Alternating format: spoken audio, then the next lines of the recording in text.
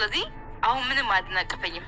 ትላንት ያለፍኩበት መንገድ ላይ ድጋሚ አልሄድም። እኔ ጋር ያለውን ነገር ብታውቂ እኔ አንቺን እንድረዳሽ እንደምትፈልጊ ሁላ አንቺ ምን ትረጂኝ ነው። ከዚህ በፊት ነግሬሻለሁ። እኔ በድጋሜ ላጣሽ አልፈልግም። ለምን እኔና አንቺ በቃ እንደ ቀልድ ብንገናኝም ግን በጣም ከባድ ጊዜያትን አሳልፈናል። በዚች አጭር ጊዜ ማለት ልትረጂኝ ፈልግ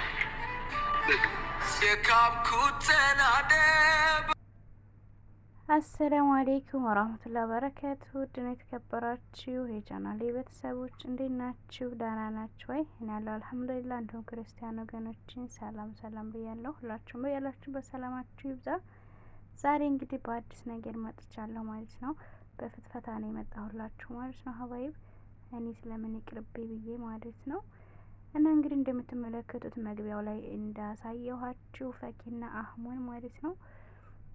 ባለፈው ቪዲዮ እንግዲህ አቶ ፈኪ ከሂሳም ፍቅር ይዞኛል ብላ በሰራችሁ ቪዲዮ አይንሽን ላፈር ብሎ እንግዲህ ጥሏት ሄዶ ነበር ተቆጥቶ ማለት ነው።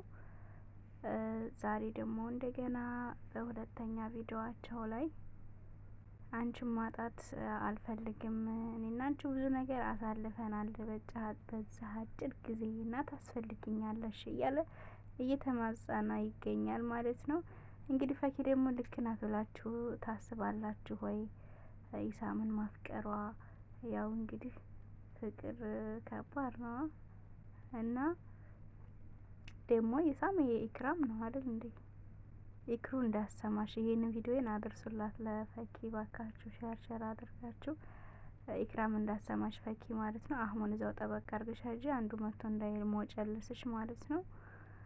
እና ኢሳም የኢክራም ነው ማለት ነው። ደግሞ ከኢክራም ጋር አልጨረሱም ገና ውይይት ላይ ናቸው፣ ቤተሰብ ሽምግልና ማለት ነው።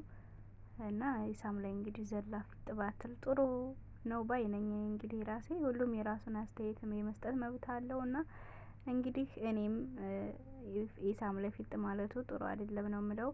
አህሙ ላይ አንዷ ፊጥ ከማለቷ በፊት እዛው ግራ ታጋቡን ተጋቡ፣ አህሙን ያዢ ታስፈልገዋለች ማለት ነው። እንግዲህ ነባን አባሮ ፈኪን መርጧል።